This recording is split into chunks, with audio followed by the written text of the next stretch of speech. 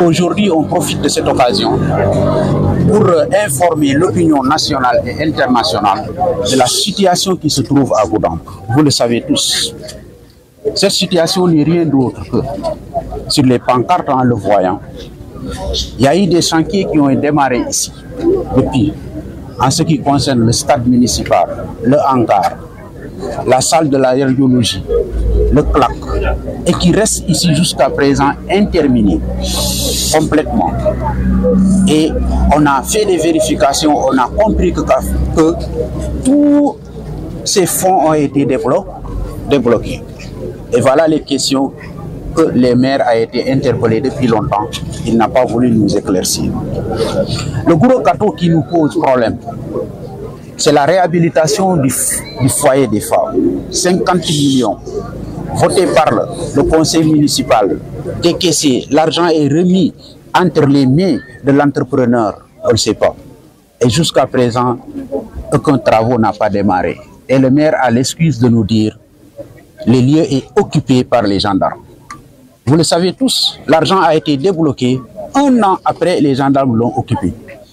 Mais au-delà de ça, les fonds qui constituent le maire, chaque fois il le dit, même au conseil municipal, je ne dois rien aux entrepreneurs. Ça, c'est une forme de détournement.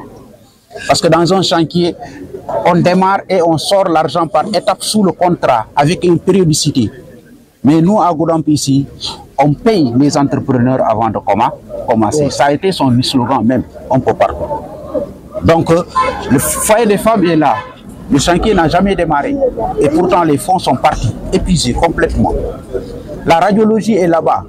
Il y a 7 500 000 qui ont été débloqués. Et jusqu'à présent, l'entrepreneur a disparu. Et c'est le district et le centre de santé qui est en train de prendre en charge pour faire ce qu'on appelle les travaux. Et aujourd'hui, les Goudompois, la question qu'ils se posent, est-ce que cette radiologie donnée par l'État va-t-il fonctionner? Parce qu'il est resté longtemps comme ça. La question des tickets de perception. Cette situation s'est présentée du décembre jusqu'au 1er mai. Goudomp est resté sans encaisser un seul franc de recette pour la commune et verser ça au niveau du trésor. Alors, faute de quoi? Faute d'un agent municipal du maire qui a détourné un montant de 653 100 francs qu'il n'a pas versé au trésor. Et c'était la deuxième fois. Alors, l'agent du trésor a recommandé au maire de changer, de substituer cet agent-là. Le maire ne l'a pas fait.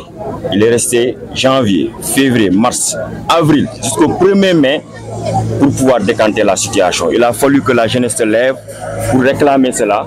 Donc, c'est à la suite que cette situation s'est décantée. Et le maire a été interpellé à cette question-là. Il a refusé de se prononcer. Donc là, ça s'est présenté ici à Goudomp. Jusque-là, donc cette situation-là, Goudomp a perdu combien de francs? Au moins, nous estimons que chaque mois, la commune verse 2 millions environ au niveau du trésor. Rester 4 mois sans recette, c'est combien de millions? Donc cet argent-là, le maire doit ce montant-là à la commune de Goudomp. Le foncier constitue une situation préoccupante pour les Goudompois. Je rappelle qu'en 2019, l'OFNAC était là à mener des activités d'enquête. Alors, l'OFNAC devait donner des recommandations. Et ces recommandations-là, le plus urgent, c'était la régularisation de 250 lots issus du morcellement des équipements. Or, on sait que l'article 3 qui régit sur la loi de l'outil, que les équipements collectifs et les emprises nécessaires à la voirie sont strictement réservés à l'État et aux collectivités publiques. Pour cela, le maire, avec son équipe, ils ont morcelé le cimetière musulman, le deuxième cimetière musulman, l'équipement 19. Déjà, l'autre cimetière est déjà plein presque. Donc, le deuxième cimetière a été complètement morcelé. Le hangar qui se trouve, comment dirais-je, il y a une assiette qui est devant ce cimetière-là également a été morcelée, c'est-à-dire le parking. Ensuite, venir au niveau du lycée. Le lycée, c'est environ 12 hectares. 12 hectares, les 9 hectares et 600 mètres carrés ont été morcelés et attribués, alors que ça fait partie du lycée.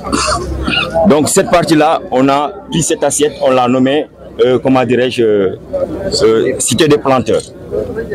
Au niveau de la mission catholique, là également c'est environ 13 hectares, les 7 hectares ont été morcelés et donnés pour la cité des enseignants. Et les enseignants avaient versé de l'argent. Jusque-là, aucun enseignant ne peut aller construire là-bas parce que ça, c'est un équipement, c'est l'équipement 3.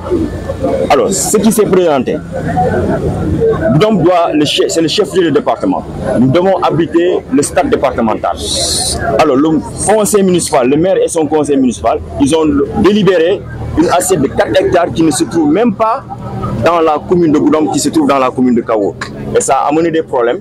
Et lorsque le service de l'urbanisme est venu, ils ont montré que effectivement ça fait partie de la commune de Kawour. Et c'est en ce moment que Kawour a délibéré, qui est une autre commune à côté, qui a délibéré une assiette pour abriter le stade départemental. Et nous n'allons pas accepter que le stade départemental quitte le chef-lieu de département pour aller dans une autre commune.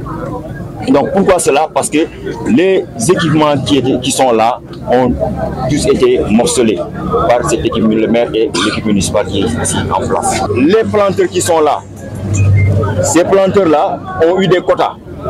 Donc si un planteur a 10 lots, la mairie a 6 et le planteur a 4.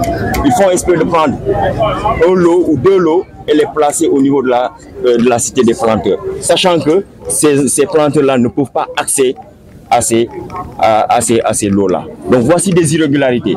Et depuis 2020, c'est-à-dire le 9 janvier 2020, le maire avait sorti un arrêté bloquant toute opération sur le foncier.